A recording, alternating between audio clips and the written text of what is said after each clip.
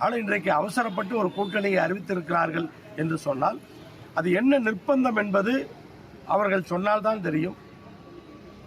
ஆனால் அவர்கள் சொல்லவில்லை. நேற்றைய பத்திரிகையாளர் சந்திப்பிலே கூட அதிமுகவினுடைய பொதுச் செயலாளர் இபிஎஸ் தலைமையில்தான் 2026 தேர்தலை சந்திப்போம்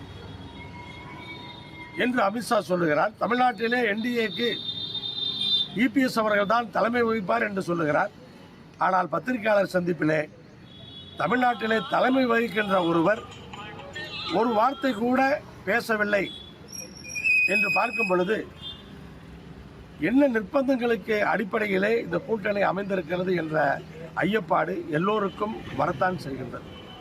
ஆனால் சந்தர்ப்பவாதமாக இப்போது அமைத்திருக்கிற இந்த கூட்டணியை பொறுத்தவரை தேர்தலிலே ஒரு வலிமையாக அவர்கள் இருப்பதற்கான அந்த வாய்ப்பு கிடையாது.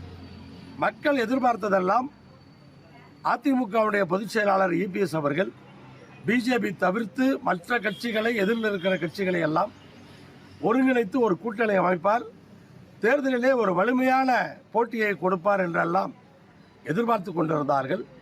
நேற்று அது முடிவுக்கு வந்திருக்கிறது.